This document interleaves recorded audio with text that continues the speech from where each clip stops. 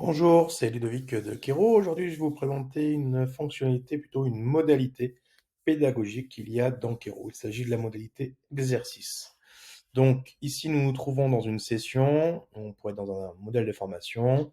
Nous avons 16 modalités pour compléter un déroulé pédagogique et on a sélectionné la modalité exercice.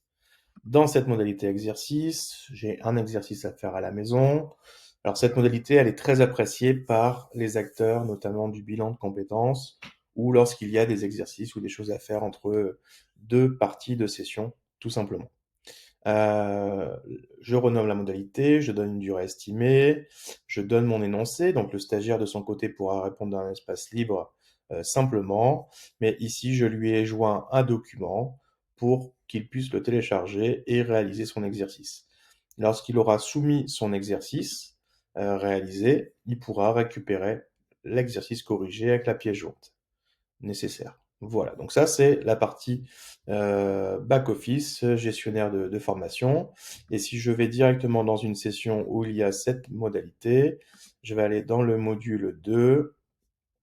Non, pardon, c'était dans le module 1. Voilà, exercice. Donc d'un point de vue visualisation en tant que stagiaire, l'énoncé de mon exercice, je peux répondre ici dans un espace libre.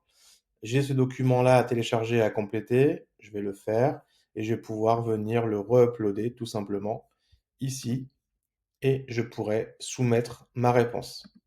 Dès lors que j'ai soumis ma réponse, le formateur est averti et automatiquement, moi, donc le formateur, lui, va pouvoir mettre une note symbolique et des annotations et moi, automatiquement, je retrouve ma bonne réponse et le document corrigé. Voilà, tout simplement. J'espère que ce petit tuto autour de la modalité exercice vous a plu et je vous souhaite une bonne journée. Au revoir.